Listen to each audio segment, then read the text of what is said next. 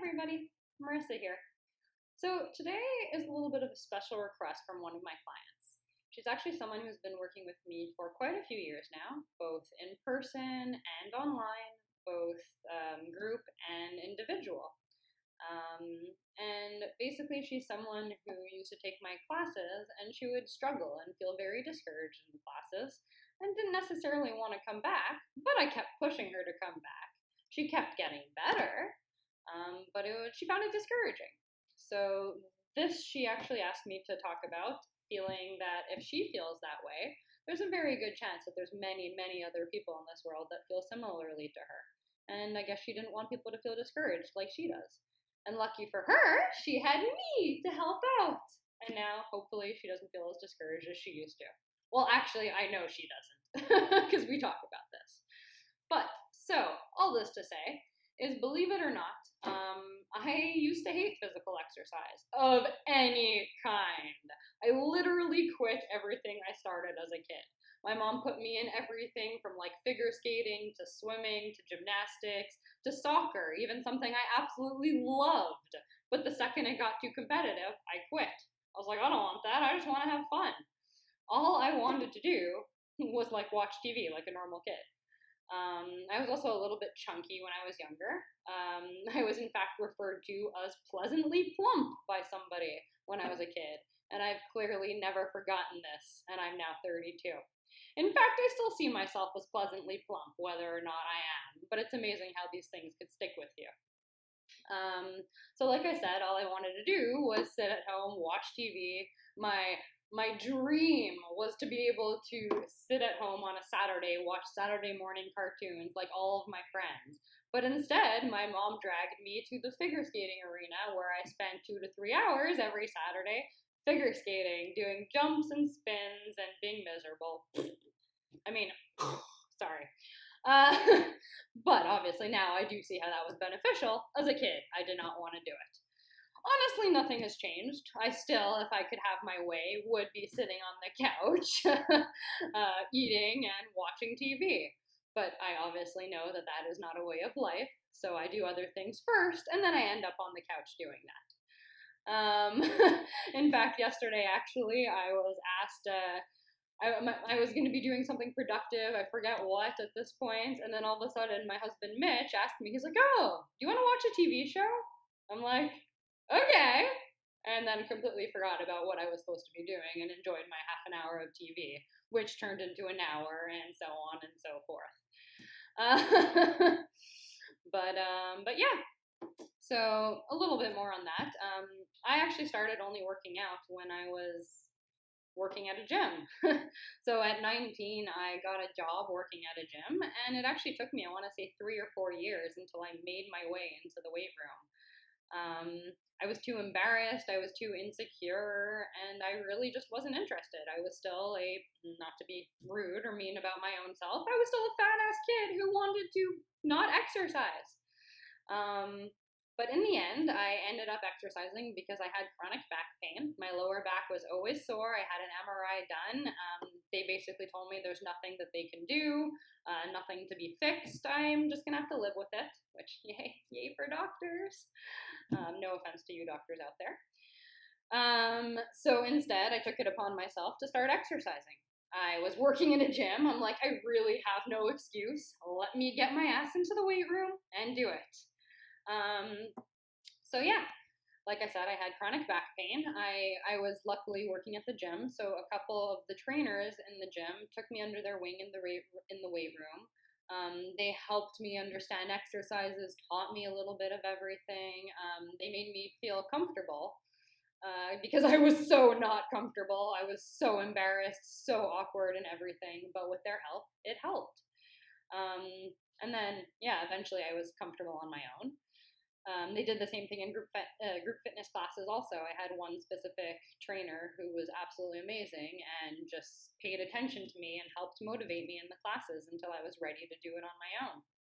So, like I said, I started off because I had back pain. My back pain actually went away pretty quickly, but I still continued. I didn't continue because of, like, I continued basically because I had no more pain.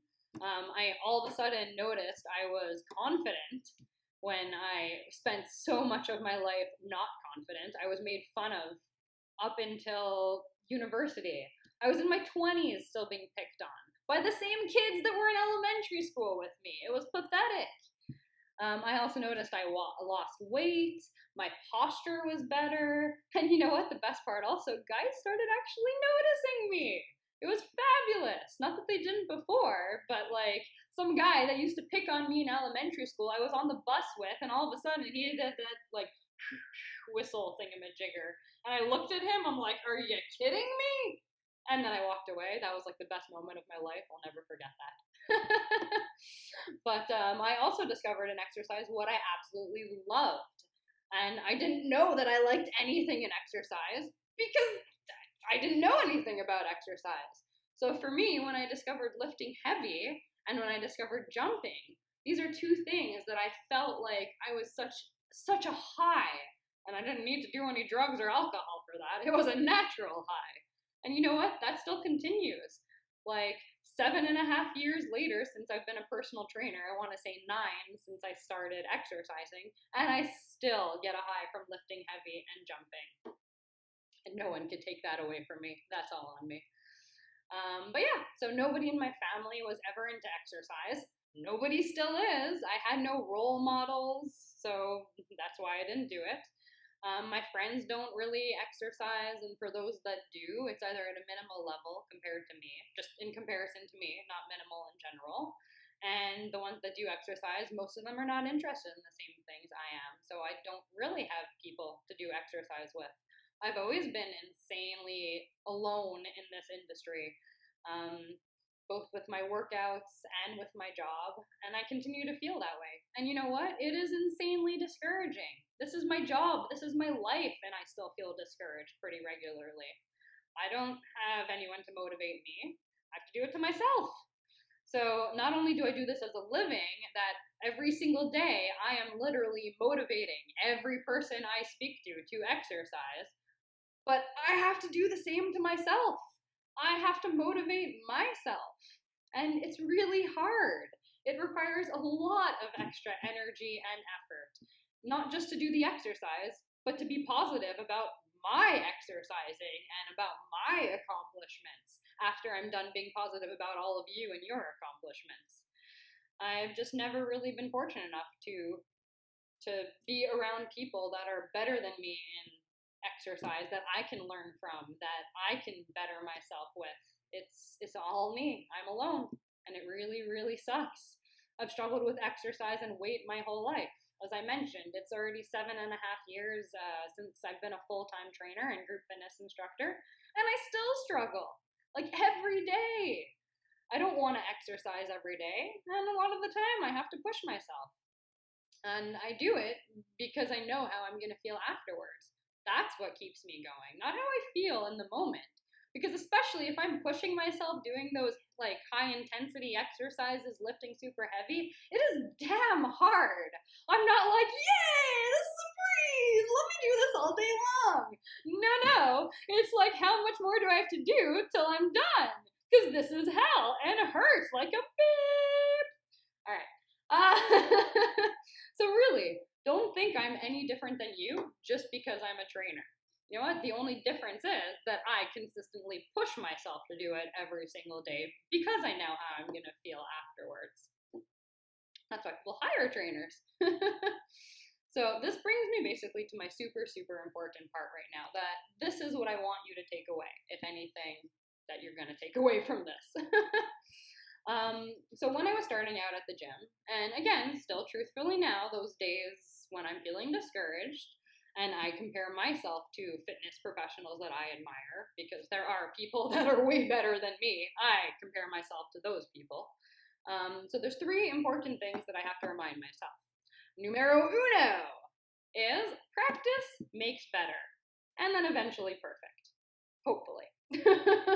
So just like anything else you do in the world, practice gets you better. If you don't practice, you're not going to get better. It's really simple. If you just give up, you're not going to improve. That's why you just got to keep doing it. And don't be discouraged at first if you suck. It's normal. Not everyone is good when they first begin. It takes a lot of practice.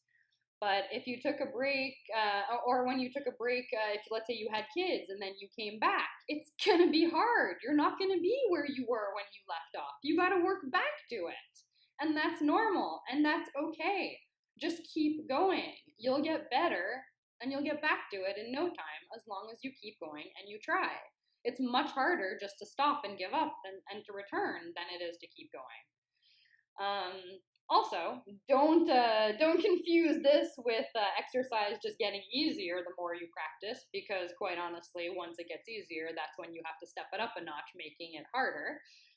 If you're curious about that one, please check out my blog, Why Exercise Doesn't Get Any Easier. I explain all of that there. But then this brings me to my next point. Only compare yourself to yourself. We are all different. We have all different abilities. You have no idea what's going on in one person's life versus the other person's life. You can only compare yourself to yourself, and you only should. That's it. So if you're in a class where other people appear to be better than you, they likely have more practice or more experience, and most likely they started exactly where you were or worse, and they just got better. You're just seeing them at their best part right now. You're not seeing what they started out as. So, like I said, compare your own improvements, not how you look in regards to other people. So if, for example, you're doing a class and let's say you needed extra breaks from what the teacher instructed. Let's say you took 5 extra breaks that one class. You go back the next time and you only took 2 extra breaks. Guess what? That's an improvement. It might not be what you want, but that is an improvement. So you have to look at these small little things. Make sure, I would write these things down also. If you go to the same class every single week, write down how you did. Write down your breaks. Write down how many reps you did of a certain thing or something you want to improve on, and take note of it and go back every week and see how you did. That's the best way to track it and to see your improvements. And the third and final thing is to try and be around those that make you better and make you want to be better and do better. So basically, surround yourself with those that pick you up rather than drag you down.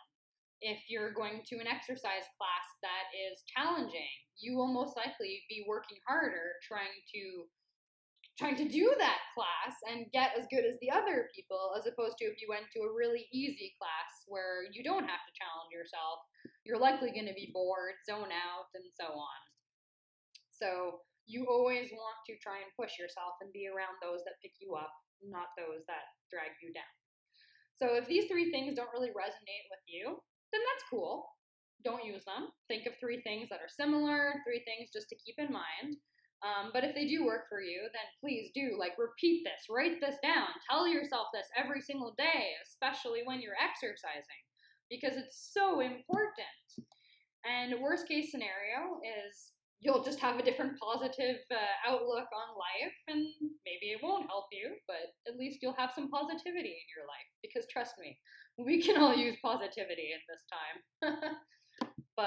And really, what's the harm in that? So remember, practice makes better and eventually perfect. Only compare yourself to yourself and be around those that make you better and make you want to do better. All right? And that's really it. Just keep talking to yourself and keep telling yourself you can do it, and eventually you will do it. It's really as simple as that.